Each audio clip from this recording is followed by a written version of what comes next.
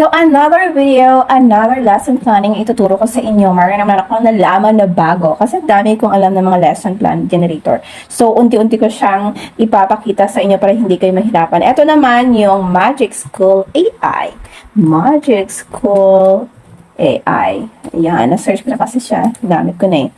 Ayan. So, bubuksan na natin siya. Magic School AI. Ito siya ha. Pwede nyo i-search sa inyong internet. And then, hanapin nyo lang. So, teacher, sign up for free. So, dito lang tayo. Sign up for free. Diba? Ayan. Ang hirap naman talaga kapag wala kang... Okay, so, of course, an educator. Of course, kapag student ka, pwede ka din naman gumamit nito. And then, sign up with Google na lang tayo para hindi tayo mahirapan. Di ba? Google na lang nagagamitin natin. So, continue lang tayo. Ganyan lang yan kabilis. Ang importante, may maganda kang internet connection. Diba? Internet connection, laptop, boom! Kapag kailangan mo ng lesson plan, meron ka ng lesson plan generator. Diba? Build my profile. Kailangan pa pang i-build yan. Yan, profession. Ano pang profession natin? Are we? Okay, teacher, educator. Okay, next tayo.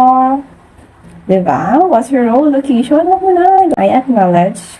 Diba? So, yun na. Nandito na tayo. Ang lalagay lang natin is, meron tayo ditong, pwede ko papilian kapag teacher ka, madami dito. Rubric generator, academic content, YouTube video questions, professional email. Ayan, information text, meron din tayo. Meron din tayo dito mga lesson plan, of course. Ang dami, di ba? Magic School AI nga talaga siya. Yan, ang daming magpipilian na talagang makakatulong sa iyo. May 5 A's na model din ng lesson plan. Sige, dito tayo sa lesson plan. Of course, kung gusto mo magkaroon ng activity na maganda, pwede ka din dito. Ayan, so grade 9, like for example, lagay natin yung topic and the standard or objectives. So, which is, kukunin mo yan sa milk, okay? So, like for example, 6 trigonometric ratios. Yung topic natin, 6 trigonometric ratios. Yan. And then, trigonometric ratios. O pwede na, lagyan na lang, probability. Sige, tayo naman natin yung probability dati kasi sa kanina or sa video na another generator is trigonometric. Ngayon naman, probability. Probability. Yan. And then, yung ating objective is define probability. Ano pa? Find the probability.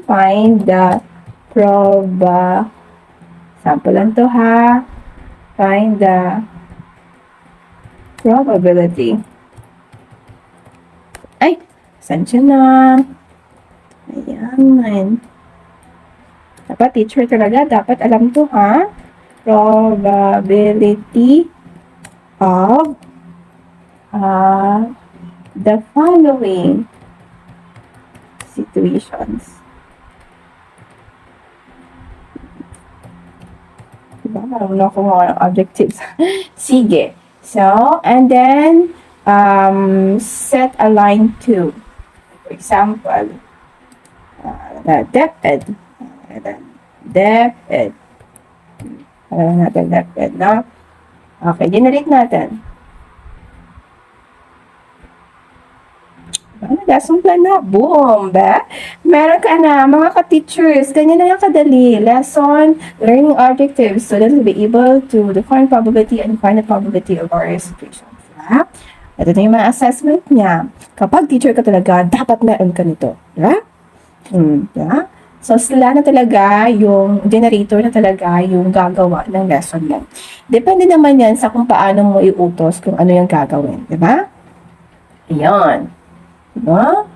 Hintay-hintay lang tayo, of course. Kasi nga, libre lang natin yung nagagamit. Diba? Ito yung Magic School AI. So, dapat meron ka talagang mga generator.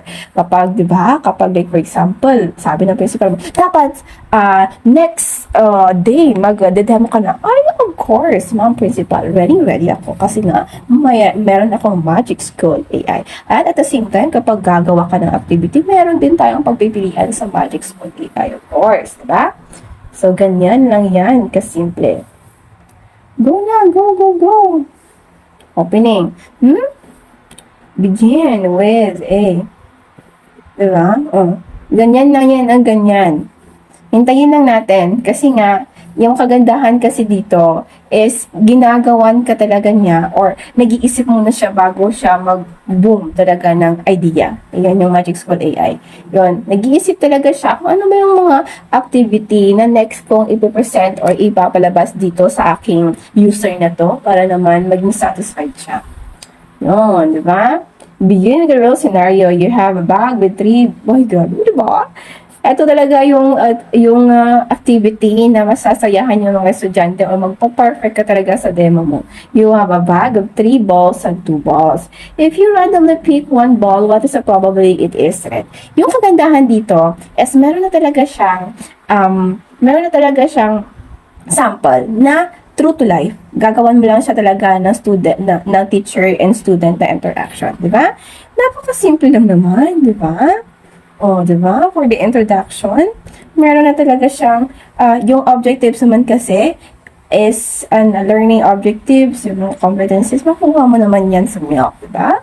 Ay, yung gagawin mo lang dito is magsusearch ka lang talaga, hindi ka na mag-iisip kung ano yung next na gagawin. Hindi ka na mahihirapan na pupunta sa mga books, di ba? Mag-school ka pa doon kung ano yung gagamitin mo or paano mo gagawin yung iyong lesson plan, di ba? So, define probability and discuss its concept. Hintayin lang natin. Hintayin lang natin hanggang sa matapos siya. Kasi nga, worth it naman kasi yung kanyang, resulta. Kasi nga, that's why, medyo, hindi siya agad-agad na lumalabas yung idea kasi nga pinag-iisipan niya pa yan. Kasi meron kasi talagang mga generator na naglalabas lang sila, hindi sure na, ay tama ba to? Ay maganda ba ito? 'Di ba? Ito kasi suit na suit or good na good talaga sa topic or sa iyong objective.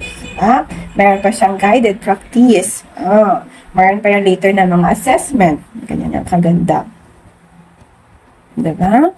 So, work through several examples as a class.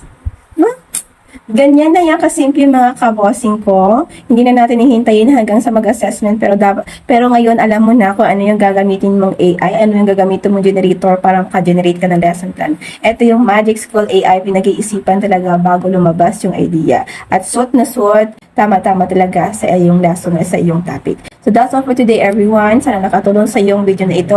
Please subscribe sa ating YouTube channel ha. Magpapatuloy akong bibigay ng mga tulong or mga learning purposes para sa lesson planning at sa mga teaching practices. That's all for today. Goodbye and God bless.